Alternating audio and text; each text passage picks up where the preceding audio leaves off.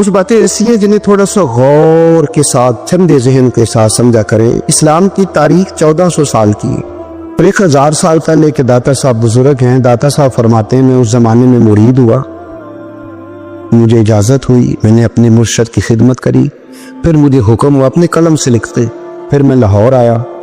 اگر 1000 سال پہلے سے پیری مریدی کا، طریقت کا، تصوف کا سلسلہ جاری ہے، آج لوگ کہتے ہیں یہ نئی بات ہے، یہ کل شروع ہوا ہے۔ داتا صاحب رحمۃ اللہ علیہ کے وصال پر ان کا عرس شروع ہوا، یعنی عرس بھی 1000 سال سے ہوتے چلے آ رہے۔ آج بعض لوگوں کو غلط فہمی ہوتی ہے کہ یہ آج کی کوئی نئی ایجاد ہے، اور اگر 1000 سال پہلے کے لوگ ضرورت محسوس کرتے تھے کہ پہلے کسی درویش کی خدمت کریں گے تو پھر ہمیں کچھ ملے گا، تو ہمارا تو زمانہ ہی بڑا عجیب ہے۔ یہاں بہت سارے لوگ ہیں جو کہتے ہیں میں خود قرآن جانتا ہوں، حدیث جانتا ہوں، میں خود بڑا سمجھدار ہوں، مجھے کسی کی کیا ضرورت ہے۔ بہت ساری چیزیں ایسی ہیں جنہیں ہمیں غور سے دیکھنا چاہیے۔ 1000 سال پہلے داتا صاحب، اور پھر داتا صاحب کہتے ہیں میرا کسی عام گھرانے سے تعلق نہیں، میں مدینے والے معبود کی اولاد ہوں، سید ہیں۔ اس کے باوجود ایک جگہ پہ گئے ہیں، تربیت لی ہے، پھر وہ لاہور تشریف لائے ہیں، اور داتا صاحب فرماتے ہیں کہ میں ہندوستان کے اس ایریے میں آ کے بیٹھا ہوں جہاں زندگی کی سہولیات بھی پوری میسر نہیں ہیں مجھے۔ لاہور 1000 سال پہلے آپ اگر اس کا نقشہ دیکھیں تو کیا نظر آئے گا؟ جن لوگوں نے ابھی 40 سال 35 سال پہلے لاہور کو دیکھا ہے وہ بھی جانتے ہیں اس کی کیفیات کیا تھی۔ تو ایک 1000 سال پہلے کا لاہور جہاں داتا صاحب تشریف لائے، داتا گنج بخش علی حجویری نے وہاں بیٹھ کر قرآن و سنت کی تشریحات کی، داتا صاحب نے مسجد بنائی۔ اب سے لفظ داتا سے بھی بڑا اختلاف ہے لوگوں کو، حالانکہ داتا کا معنی دینے والا، اور اللہ کے جو 99 نام ہیں نا، ان 99 ناموں میں سے کوئی نام داتا ہے۔ ایسے لوگ کہتے ہیں یہ تو اللہ کا بھئی یہ لفظ داتا تو ویسے ہی عربی کا لفظ ہی نہیں ہے۔ تو آپ چیزوں کو گھسیٹ گھساٹ کے اگر لکھیں نا، قرآن مجید میں آپ اپنے ماں باپ کے لیے دعا کرتے ہیں رب ارحمہما کما ربیانی صغیرا، یا اللہ ان دونوں کو بخش دے جو بچپن میں میرے رب بنے۔ رب ارحمہما کما ربیانی صغیرا، رب کا معنی پالنے والا، تو قرآن مجید نے تو ماں باپ کو رب کہہ دیا تو شرک ہو گیا۔ وہاں اللہ رب اور معنوں میں ہے، ماں باپ رب اور معنوں میں، یہاں معنی پالنے والے کا ہے۔ ماں باپ اولاد کو پالتے ہیں نا، اصل پالنے والا کون ہے؟ اللہ۔ تو اب کسی نے کہا کہ ابا آپ نے مجھے پالا ہے تو کافی ہوا کہ مسلمان ہوا؟ چھوٹی چھوٹی باتوں میں لوگ تقسیم کرتے ہیں اہل اسلام کی، یہ درست نہیں ہے۔ قرآن مجید نے حکم دیا کہ ان کے لیے دعا کرو ان لفظوں کے ساتھ۔ تو داتا کا معنی ان کا لقب ہے، یہ معروف لقب ہے ان کا، اس کا معنی دینے والا۔ تو بھئی اگر آپ مجھ سے کوئی 2-3 مسئلے سن لیتے ہیں میں آپ کو دے دیتا ہوں تو شرک نہیں ہوتا۔ میرا استاد اگر مجھے 2-4 باتیں سکھاتا ہے تو شرک نہیں ہوتا۔ آپ کے اور میرے بزرگ والدین ہمیں کو 2-4 ہزار دیں، ہم ان سے مانگ لیں تو شرک، تو یہ اتنی زیادہ وہ معاملہ نہیں ہے۔ آپ اس کو سمجھیں، لوگ الجھاؤ پیدا کرتے ہیں، اس الجھاؤ سے بچنا چاہیے۔ ہم سے بندہ مسلمان تو ہوتا کوئی نہیں، لیکن ہر جمعے کو 2-4 لاکھ کو کافر ضرور کر دیتے۔ جانے کب مار دے کوئی مجھے کافر کر کے، شہر کا شہر مسلمان بنا بیٹھا ہے۔ تو اتنا سستا نہ کرے اس چیز کو، چیزوں کو سمجھیں اور غور کر۔ تو داتا صاحب رحمۃ اللہ علیہ نے قرآن و سنت کی تشریحات کی۔ اب ایک بات میں کہنے لگا ہوں، داتا صاحب رحمۃ اللہ علیہ، بابا فرید صاحب رحمۃ اللہ علیہ، حضرت شیخ عبد القادر جیلانی غوث پاک رضی اللہ تعالیٰ عنہ، یہ وہ بزرگ نہیں ہے کہ جن کی تاریخ دفن ہے، جن کا کوئی پتہ نہیں کہاں سے آئے، کہاں گئے، کیا تھے، کیا کرتے تھے، یہ وہ اس طرح کے لوگ نہیں ہیں۔ ان لوگوں کا کلام اصل صورت میں آج بھی دنیا میں موجود ہے۔ بابا فرید کی تحریریں موجود ہیں، حضرت غوث پاک کی کتابیں موجود ہیں، داتا گنج بخش علی حجویری کی کشف المعجوب شاید دنیا کی ہر زبان میں ملتی ہے۔ اب میں جو بات کہنے لگا ہوں اس پر غور کرنا، اگر کشف المعجوب آپ پڑھے نا ساری، تو سب سے پہلے وہاں ملنگوں کا داخلہ بند ہوگا، کوئی ملنگا آپ کو نظر نہیں آئے گا، کیونکہ داتا صاحب کی تعلیمات بالکل اس کے برعکس ہے۔ فوری طور پر وہاں عورتوں کا داخلہ بند ہوگا، کیونکہ داتا صاحب کی تعلیمات اس کے بالکل برعکس ہے۔ میلے ٹھیلے یہ ساری چیزیں وہاں بند ہوں گی۔ یہ کوئی کہیں نہیں داتا صاحب نے کہا کہ پنڈی سے پیدل آنا بڑے بڑے جھنڈے اٹھا کے اور میرے مزار پہ حاضری دینا، داتا صاحب اس کے مخالف ہیں، اس لیے کہ وہ کوئی ایسی چیز تو نہیں کہ وہ دفن ہے۔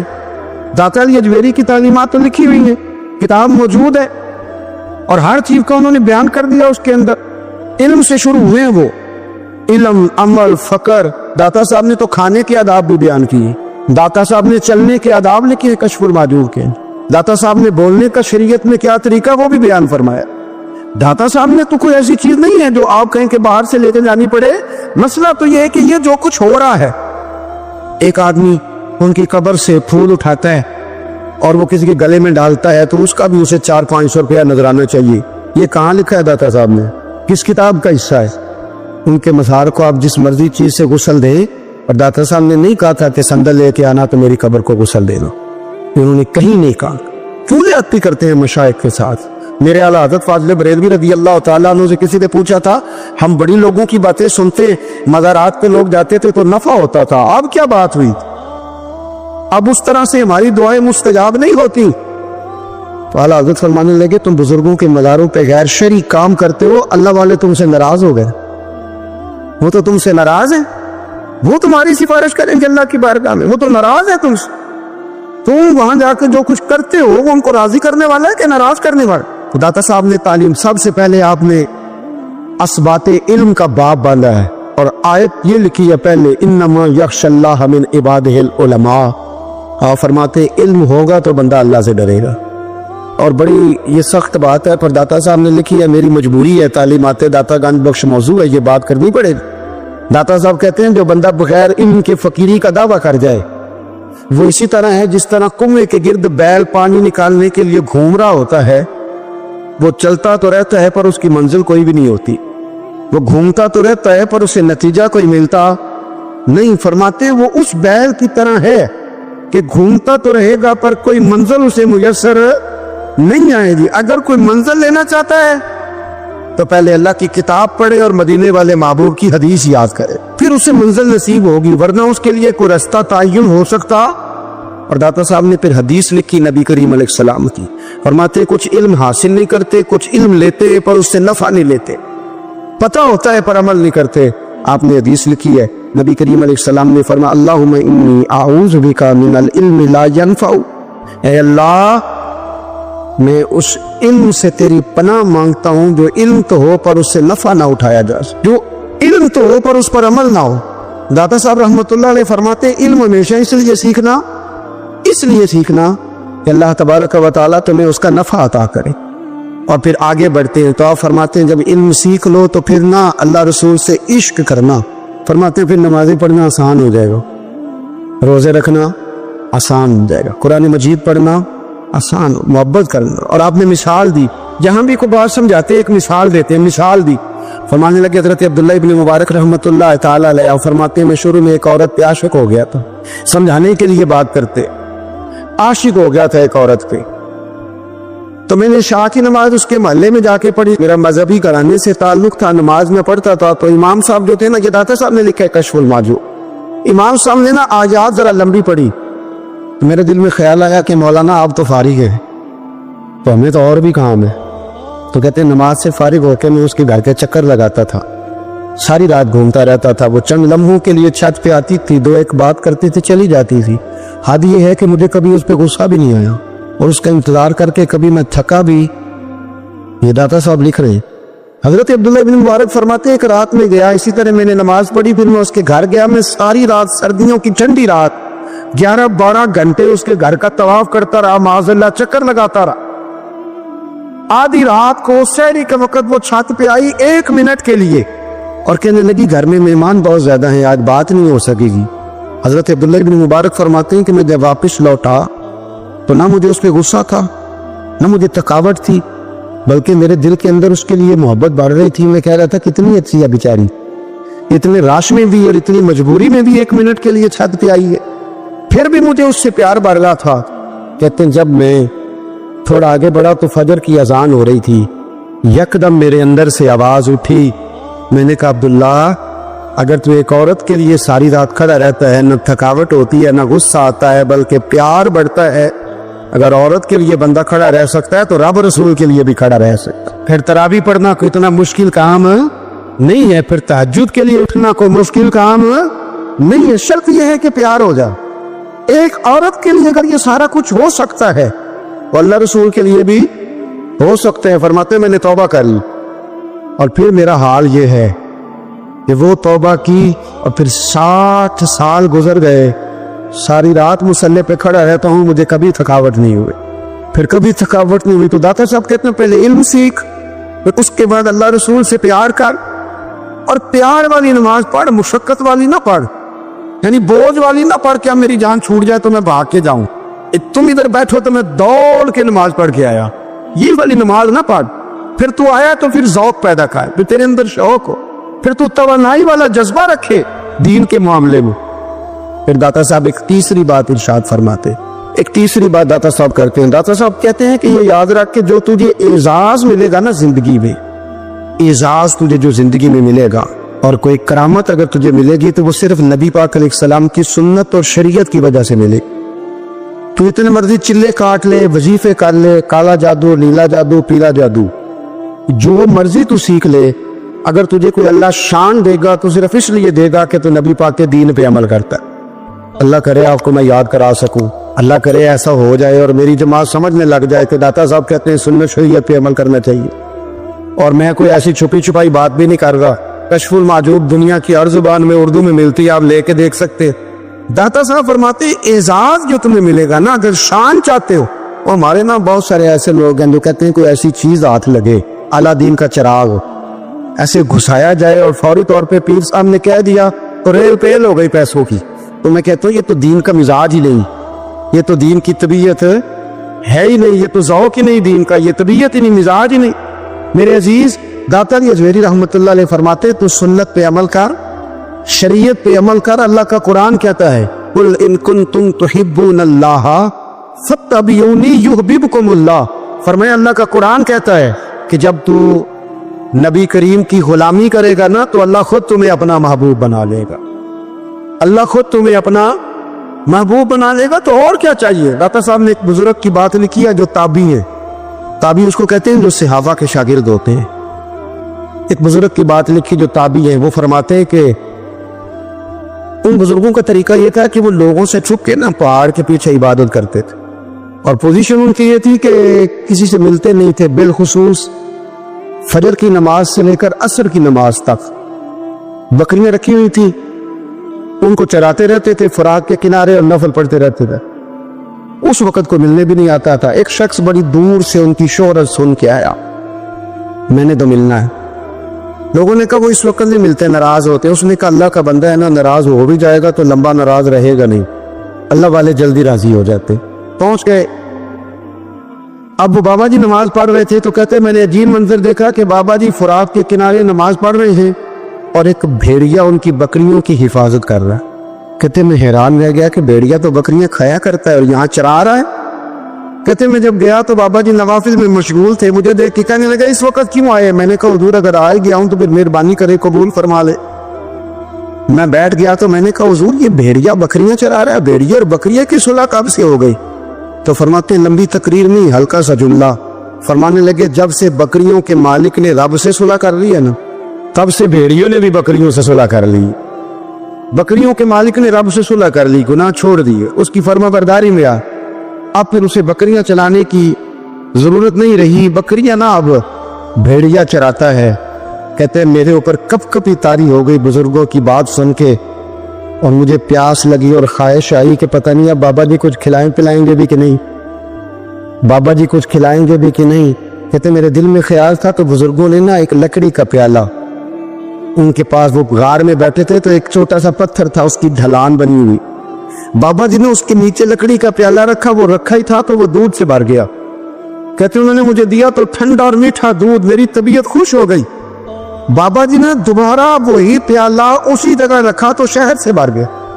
1000 سال پہلے داتا صاحب لکھ رہے ہیں، کہتے مجھے دیا، میں نے فوراً کہا، میں نے کہا حضور یہ دودھ تو گائے بھینس دیتی ہے، پہاڑوں سے تو نہیں نکلا کرتا، اور شہد تو شہد کی مکھیاں دیتی ہیں، پتھروں سے تو نہیں نکلتا، یہ آپ کہاں سے نکال رہے ہیں؟ تو کہتے ہیں وہ قرآن مجید پڑھنے لگے۔ وَإِذِ اسْتَسْقَىٰ مُوسَىٰ لِقَوْمِهِ، جب موسیٰ کی قوم نے ان سے پانی مانگا، فرمانے لگے موسیٰ کی نافرمان قوم پانی مانگے، حضرت موسیٰ پتھر پہ ڈنڈا مارے تو اللہ وہاں سے 12 چشمے جاری کر دے۔ جو رب حضرت موسیٰ کی نافرمان قوم کے لیے پتھر اور پہاڑوں سے چشمے نکال دیتا ہے نا،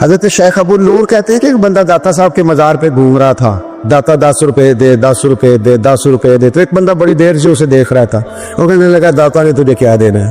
ادھر آ، میں دوست نے 10 دیے، بندہ بڑا حسین تھا، ہنس پڑا، کہنے لگا داتا تیرے بھی صدقے جاؤں، دلانے لگا تو منکر سے ہی دلوا دیے، جو نہیں مانتا اسی سے دلوا دیے، وہ بڑا پریشان ہوا، میں اور چکر میں تھا اس لیے میرے اوپر ہی جڑ دیے بات، کہنے لگا داتا تیرے صدقے جاؤں۔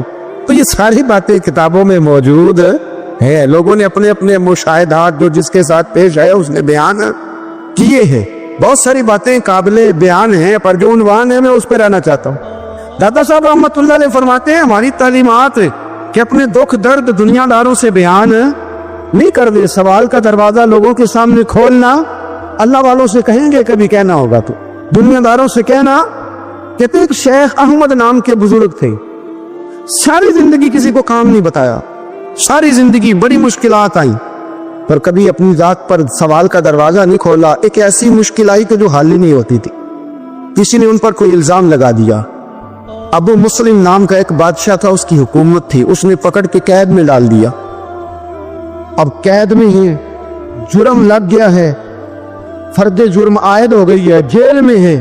لوگ کہنے لگے حضرت جی اپنی صفائی میں کچھ کہیں، اور ماننے لگے ساری زندگی بندوں سے کچھ نہیں کہا، اللہ رسول کو پتہ ہے میں بے گناہ ہوں، مجھے کہنے کی ضرورت نہیں۔ داتا گانی بخش علی حجویری نے لکھا ہے، داتا صاحب کہتے ہیں تو یقین کامل تو پیدا کر، تو ایمان تو پختہ کر۔ داتا صاحب کہتے ہیں وہ ابو مسلم جو بادشاہ تھا وہ نیک آدمی تھا، اسے رات کو خواب میں نبی کریم کی زیارت نصیب ہوئی، اور حضور سید عالم صلی اللہ علیہ وسلم فرمانے لگے تو نے اللہ کا ایک نیک بندہ جیل میں ڈال دیا، ڈر نہیں آتا، وہ تو بے گناہ ہے۔ بادشاہ آدھی رات کو خود اٹھا، داتا صاحب فرماتے ہیں کسی گارڈ کو نہیں بھیجا، پولیس والے کو نہیں بھیجا، جیلر سے نہیں، خود گیا، جا کے جیل کا دروازہ کھولا، دروازہ کھول کے اس درویش کو آزاد کیا، کہنے لگا بابا جاؤ مجھے پتہ چل گیا بے گناہ ہے۔ بابا جی سلام کر کے جانے لگے تو بادشاہ پھر آگے آیا، ہاتھ باندھے، ہاتھ چومے، کہنے لگا حضور آپ بڑے نیک ہیں، میرے لیے کوئی حکم ہو تو بتائیے گا، میرے لائق کو خدمت ہو تو بتائیے گا۔ تو شیخ احمد فرمانے لگے تجھے ابھی بھی سمجھ نہیں آئی، تجھے ابھی بھی نہیں سمجھ آئی؟ کہنے لگا حضور کیا؟ فرمانے لگا جو تہجد کے وقت تجھے اٹھا کے مجھے رہا کرنے بھیج سکتے ہیں وہ میری کوئی ضرورت باقی رہنے دیں گے؟